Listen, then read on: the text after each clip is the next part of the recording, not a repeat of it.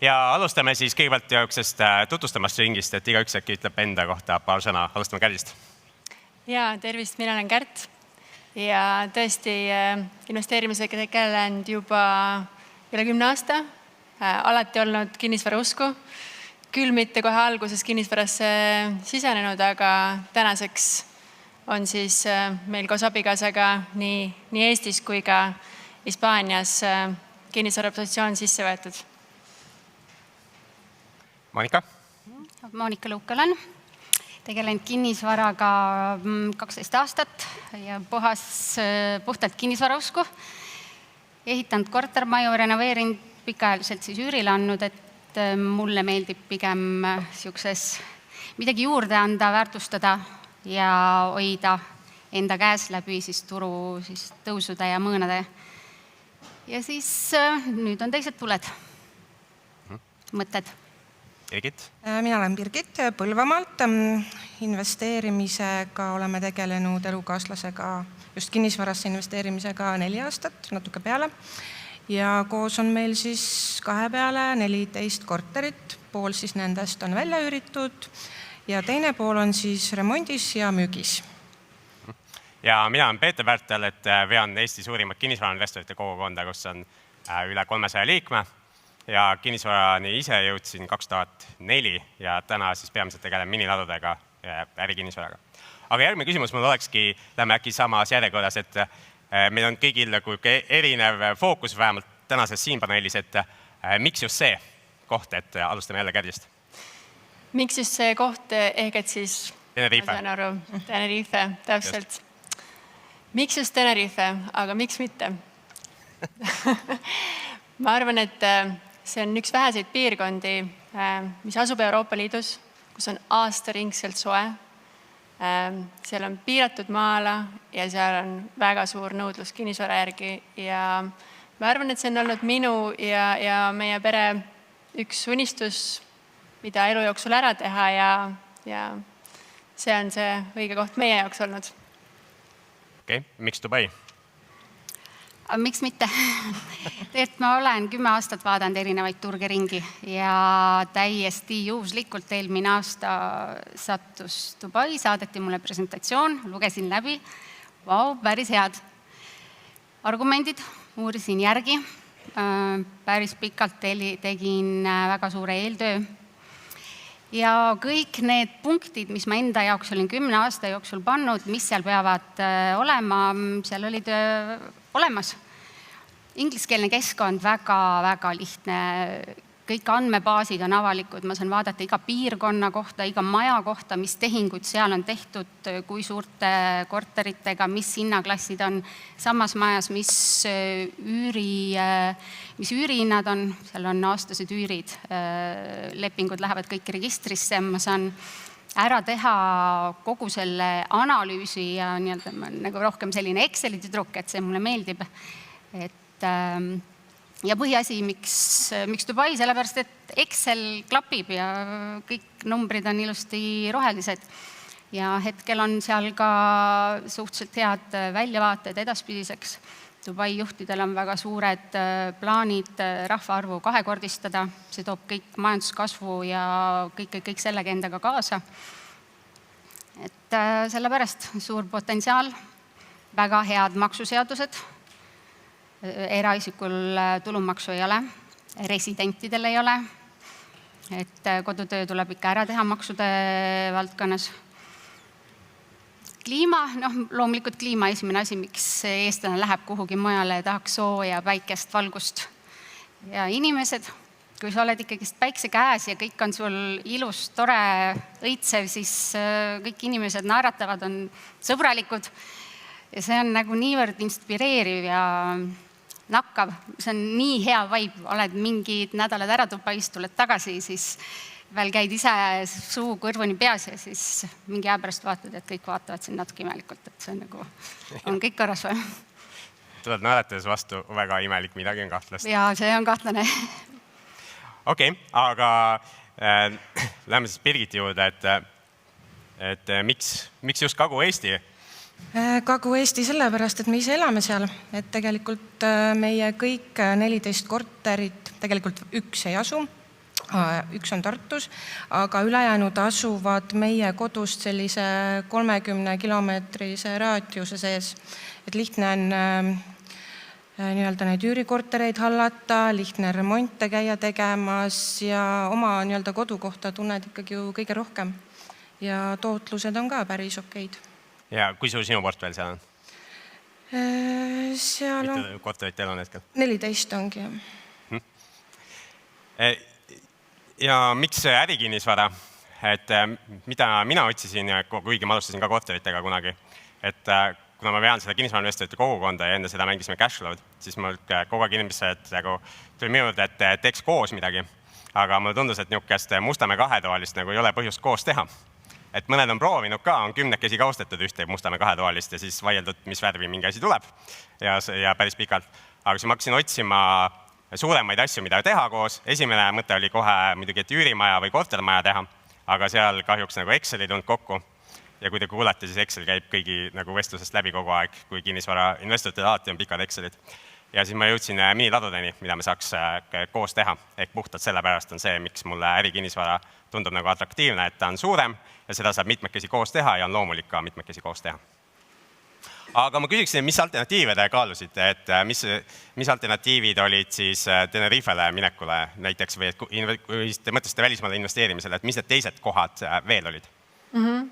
Et ja, lisaks kinnisvarale on meil portfellis ka teisi varaklasse, mida ma ka alati väga soovitan, et hajutada, et mitte kõik munasid ühte korvi panna. Aga tõesti, kui meil oli see plaan uus objekt võtta, siis esmalt oli kindlasti fookus sellel, et võtta esmalt objekt Eestis ja seejärel siis võib-olla 5 või pikema aastate perspektiivis ka siis välismaale kinnisvara soetada.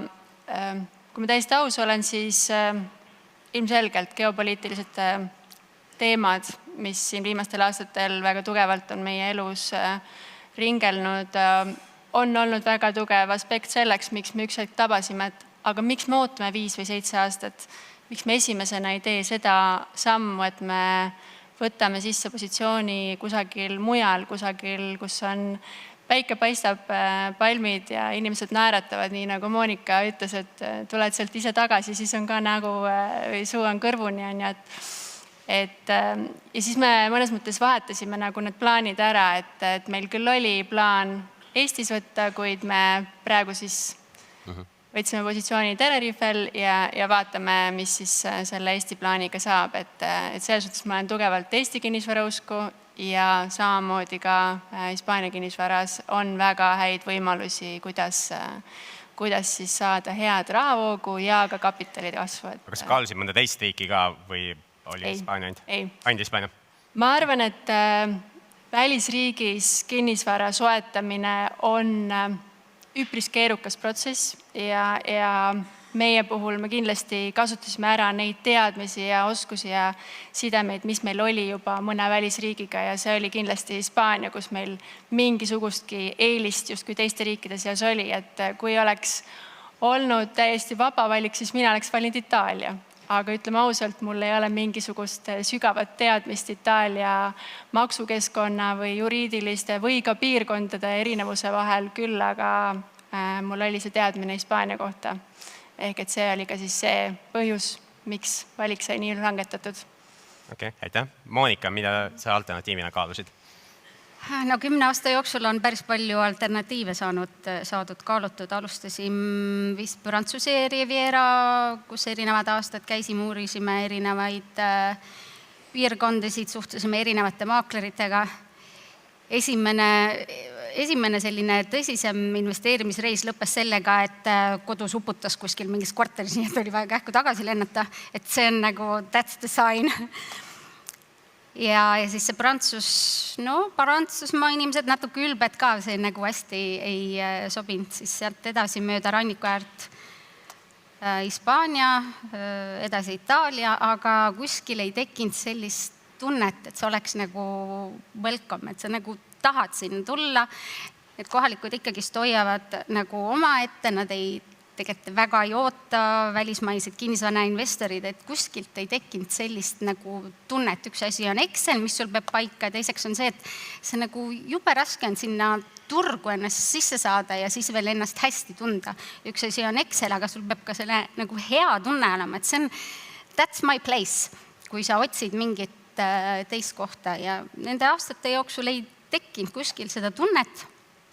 Ja ei olnud ka väga kiire sellega, kuna äri õitses Eestis, kinnisvara hinnad kasvasid, Euribor 0. Ei olnud nagu kuskil kiiret seda rahapanekuga. Päris pärast 2022, eks ju, läks natuke kiireks. Juba ennem läks natuke kiireks, sest intressid hakkasid tõusma ja otsid ikka, vaatad, et see Excel ei ole enam nii tore.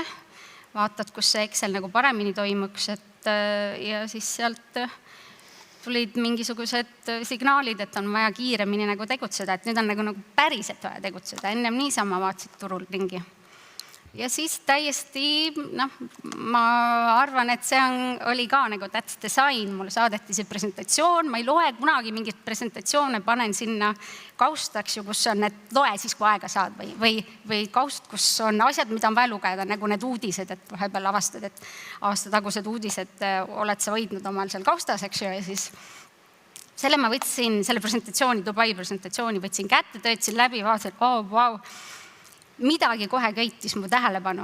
Ja siis ma tegin oma kinnisvara naiste seltskonnale ka kohe, et kuulge, vaadake, et mul nagu jumala huvitav asi, et te veel laseme endal presentatsioonid teha, kutsume inimesed kohale ja vaatame, kuulame ära, et nagu tõesti äge. See on nagu väärt asi, mida tasuks kuulata, mille peale tasuks nagu mõelda, et kui on mingid kalad sees, siis las olla, aga vähemalt nagu uuri süvitsi ära ja siis tee see otsus. Ja eks nii ma selleni jõudsingi. Ja eelmine aasta aprill sain presentatsiooni, 6 aega päris põhjalikku eeltööd. Mais lendasime juba koha peale teatud seltskonnaga. Nädal aega olime koha peal, hommikust õhtuni ainult käisime erinevate objektide vahel. Muidugi koha pealt me kohe midagi ei ostnud, see raha liigutamine võtab ka natuke aega, see päris nii kerge ei ole. Järgmine kuu ostsin ma oma esimese objekti, 2 kuu pärast ostsin veel 2 asja. 3 asja on sul Dubais nüüd, jah? Hetkel 3, jah. Viimati, kui ma temaga rääkisin, oli 2 veel. Ja eks see protsess läheb edasi, et Aga ma küsin Birgilt ka, et Kagu-Eesti on, eks ju, kodukant, et kas sa oled alternatiive ka kaalunud? Oleme. Milliseid? Tegevuste suhtes Läti oleks kõige lähemal, eks ju?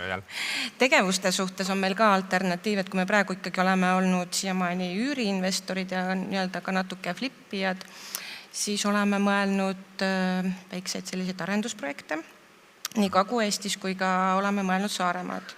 Ja ega samamoodi oleme Hispaania peale ka mõelnud, et Okay.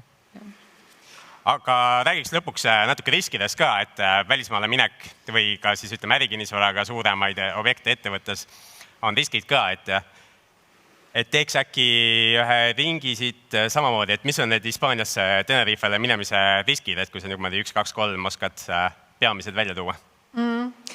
Ma arvan, see on väga hea, et meil selles paneelis on küsimus, mis fokusseerib riskidele ja üldse mulle tundub, et tänases investeerimiskogukonnas räägitakse rohkem riskidest, mis on väga tervitatav. Ma arvan, see sõnum võib-olla, mida ma tahaksin edasi anda, on see, et välismaal kinnisvara investeerimisega tegelemine, see on väga äge asi. Kui teil vähegi on see idee kuskil kunagi olnud, tehke see ära. Küll aga enne kui te teete, palun mõelge hoolega läbi. See ei ole kõigi jaoks. See on raske. See on kõrge riskiga investeerimisotsus. Ja riski viib kõrgeks just see, et ei tea, mis keskkond on. Täpselt. Ehk et seal on väga palju nüansse, et sa kuidagi mõtled, et okei, et ma olen Eestis seda teinud, et mis see siis on, et lihtsalt liigutan kapitali sinna, valin objekti välja ja siis aeg-ajalt käin seal ja siis võtan endale kellegi, kes seda haldab. See ei ole kogu lugu. On palju asju, mida ei suudeta panna Excelisse. Ehk et elu ei saa panna Excelisse numbritesse. Tõesti, mingid asjad jooksevad kokku, seal on hea rahavoog, seal on hea kapitali kasv. tõenäoliselt olemas ja sealjuures on väga palju nüansse, seal on täiesti teistsugune juriidiline keskkond, maksukeskkond, kultuurilised erisused, et ma ütlen veel kord, see tõenäoliselt ei ole otsus, mida teha sellepärast, et kõik teevad, ma teen ka. Ärge tehke seda otsust nii. Aga oled sa tundnud ennast seal nagu see liikuv rahakott, et kõik igasugu erinevad aferistid tahaksid nagu ära kasutada? See kindlasti on väga suur ohukoht. Ma ütlen ausalt, ma olen võtnud ette selle raske teekonna, et ma olen üritanud kogu selles protsessis võimalikult palju iseseisvalt läbi teha.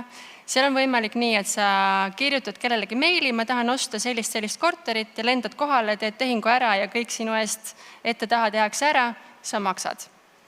Ja siis ei tule Excel kindlasti kokku, esimesed aastad.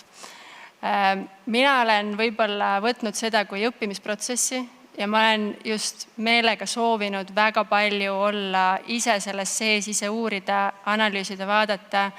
Ja see on olnud raske, see on samas tehtav. Et saab teha üpris iseseisvalt ja saab maksta väga palju raha selle eest, et keegi sind toetab, hoiab, tõlgib, nõustab ja neid inimesi on väga palju, kes selliseid teenuseid pakuvad ja nende jaoks oled see liikuv rahakott. Okei, väga hea, aitäh jagamast. Dubaiga kuidas on? Mis riskid seal on? Jah, Dubaiga on samamoodi. Igal maal on oma seadusandlus ja kodutöö tuleb ikkagist väga-väga põhjalikult ära teha. Ja see presentatsioon, mis mulle saadeti, ei olnud kogu lugu, seal jäeti ikkagist asjad välja, mis ei olnud nagu mõeldud. Võib-olla, et... Mis need 1, 2, 3 niukest suuremat riski kohta oleks? No see sama, et jah, tulumaksuvaba, eraisikul on tulumaksuvaba Dubais, jah, ongi loed seadusi, on tulumaksuvaba, Eestil Dubail on maksude topeltmaksustamise vältimise leping, loed sealt ja ongi teine riik maksustab, seal on maks 0, aga väike nüanss keegi nagu ei ütelnud, et kui sa oled Eesti maksuresident, siis sa maksad ikka 20% Eestisse, sa pead olema Dubai maksuresident, siis sul on tulumaksuvaba. Ja sellised väiksed asjad, aga sellised väiksed asjad maksavad nagu väga palju raha lõpuks. Juba sinna ostad, eks ju, siis loomulikult sa ju lähedki sinna elama ja siis sa oledki resident. Ja, no tegelikult sa peadki nagu pool aastat seal olema, et siis sa saad seda ära kasutada. No see on loomulik, kui mingi riik annab sulle maksueelise, siis sa pead seal olema, seal tarbimas, seal seda raha sinna, selle raha tooma, ega miks sa ei saa kuskil mujal olla, eks ju. Okay. Et muidugi sa saad üle maailma olla, sa ei pea seal olema, kui sa üle €500 000 sinna paned, sa saad 10-aastase golden viisa, sa ei pea koha peal olema. Kui sa paned 200 000 sinna, siis sa saad 2-aastase viisa, aga sul on teatud kohustus mingi aeg olla seal riigis, muidu su viisa kaotab kehtivuse. Et kõiki nüansse ikkagist ei räägita, et kodutöö tuleb ära teha ja ise see, et kui keegi ütleb, et jumal hea, kütad, tulge kõik Dubaisse, et ei, päris nii ei saa. Eesti ettevõttele ei saa osta kinnisvara seal. Sa pead minema sinna eraisiku rahaga, sa pead kuskilt selle raha siit saama eraisikuna. Või teed seal ettevõtte ja ostad sinna. Et see nagu nii lihtne ei ole ja seal on nii palju nüansse, mis pärast vaatad, et võtad dividendele siin välja, maksad 25% ja Eesti residendiks maksad üüritult kapitali kasvult veel 20% Eestisse ära. No siis need numbrid, Exceli klapi niimoodi. Teil on veel küsimusi nii Dubai kui Hispaania kohta, ma arvan, et vaheajal saab teid üles otsida lõuna ajal, ja Kagu-Eesti kohta ka loomulikult, eks saab sind üles otsida. Aga ma arvan, et Kagu-Eesti ja niisugused ärikinnisvara riskid on meile kõigile nagu hoomatavad, et kui me siin Eestis koha peal oleme, et nendest me ei pea võib-olla pikemalt rääkima, et võib-olla kes ei ole ärikinnisvaraga kokku puutunud, et siin ma tooks lihtsalt välja, et kui te korteri ostate ja renoveerite, siis see on nagu hoomatav, eks ju, et teen selle sisu korda ja kõik on hästi. Aga mida mina olen pidanud õppima, on siis see, et mis väljaspool ka toimub, et kuidas hoone kõik süsteemid toimivad ja mis siis saab, kui midagi ei toimi. Ja kõik need riskid, nagu, mis on naabritega ja siis igasugu vastutuskindlustused täiendavalt, eks ju, et kui jääpurikas kellegile pähe kukub või siis mingi päev su kojamees ütleb, et ma täna ei viitsi minna lund lükkama, eks ju, ja siis sa mõtled, et loodame, et siis ükski klient ka täna ei lähe, et äkki kukub midagi pähe muidu sealt. Et mingid sellised riskid nagu tulevad siis selle ärikinnisvaraga ka juurde. Ma ei tea, tahad sa Kagu-Eesti riskides koha pealt lisada? Ega ma arvan, et enamus teavad, mis riskid seal on, et rahvas ju liigub äramaa piirkonnast suurematesse asulatesse. Mõnes kohas pannakse koolid, lastaiad kinni, jälle tahes tahtmata, pered liiguvad suurematesse linnadesse ja nii on. Ja Kaitseväe harjutusplats muudkui laieneb ja teeb järjest kõvamamat pauku. noh, et ja meil on see regionaalpoliitika ja geopoliitika meid mõjutab ka. Aga selline oli meie paneel, me hea meelega võtaks nüüd küsimusi ka, et kusagil, kes meid abistab küsimustega. Suur tänu teile. Teeme aplausi. Meie aeg sai otsa ja küsimusi ei ole.